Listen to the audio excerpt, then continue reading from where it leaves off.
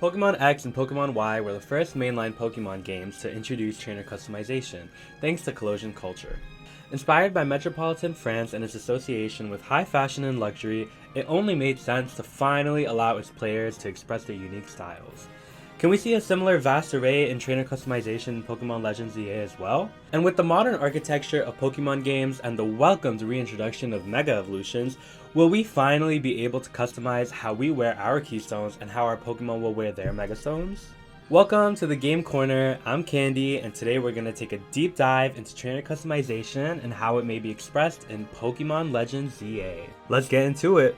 In the year of 2013, many were blessed with Pokémon X and Pokémon Y. These games are revolutionary in many aspects, whether it be the introduction of Mega Evolutions, the foundation of the modern 3D Pokémon games, the beginning of Pokémon care gimmicks such as Pokémon Ami, among others. A notable feature, though, is that of trainer customization. At the very start of the game, players are able to choose one of 3 player appearances, which allows for a more inclusive experience. Throughout the game, players are able to stop by boutiques in various cities to change their clothing. These include hats, tops, bottoms, dresses, socks, shoes, bags, and other accessories. In Lumiose City specifically, players are able to visit coiffure clips where they are able to style their hair.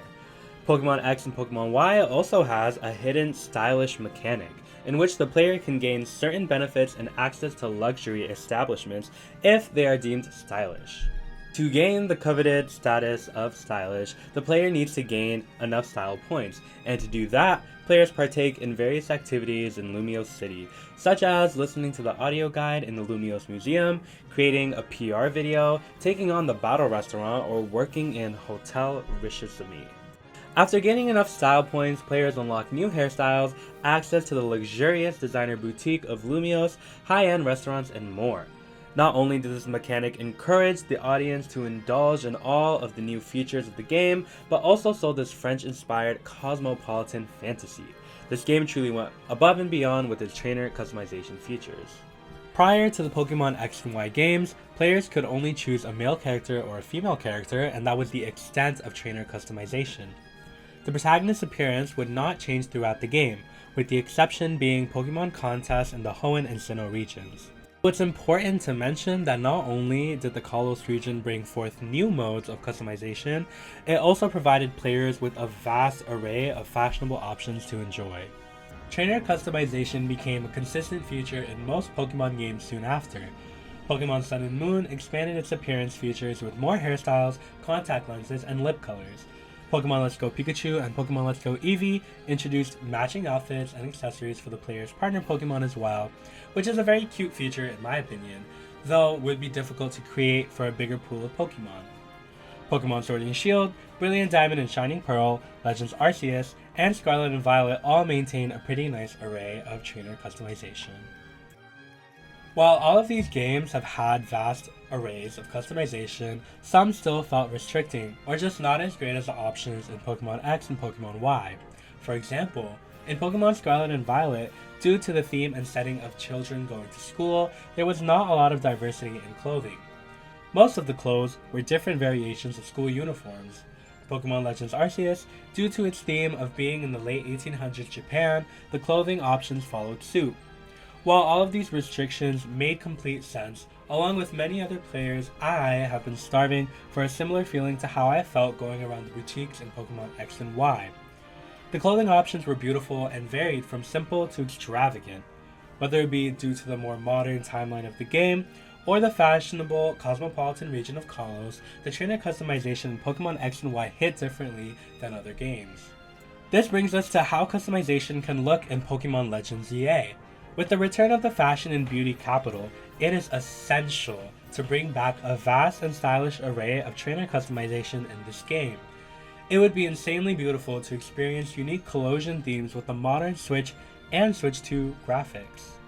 With the trailer, we already get some crumbs of potential customization. The outfits of the protagonists, while controversial, I personally enjoy. I specifically wanted to point out the baggier, wide-legged jeans of the female protagonist. I absolutely love it. As someone who wears very similar jeans, I can see Pokemon keeping up with the modern trends, which makes sense because this game is taking place in the present day and or a more modern setting.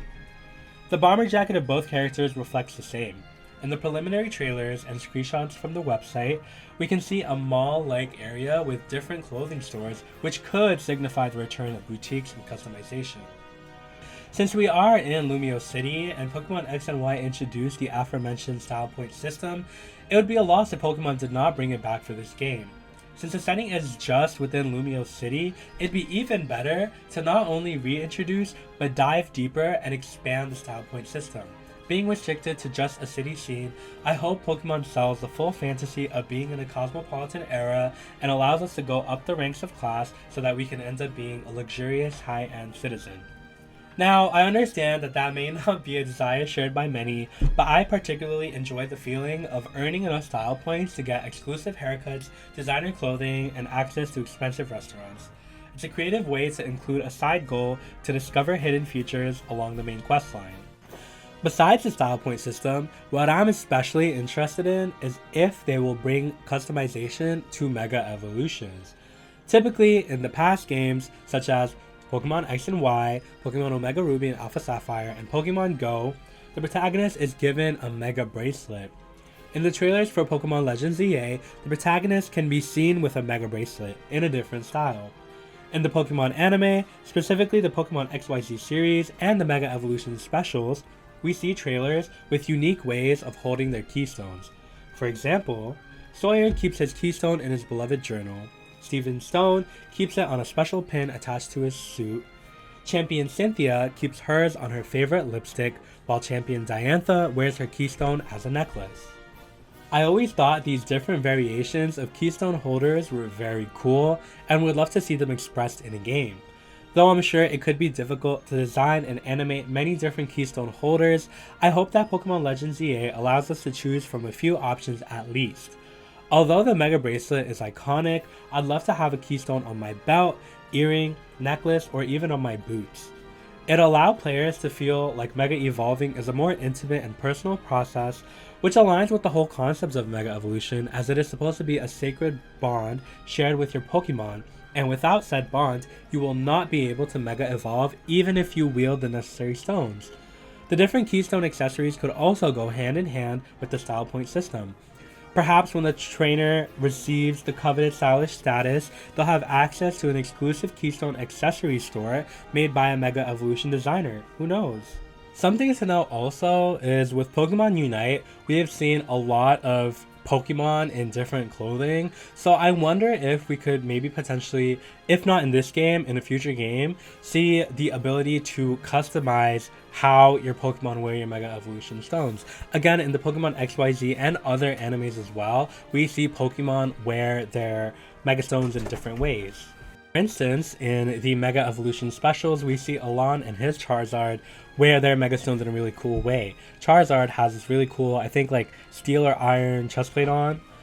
So something like that would be sick in either Pokemon Legends Z-A or another future game. All in all, I'm excited to see what Pokemon does with customization.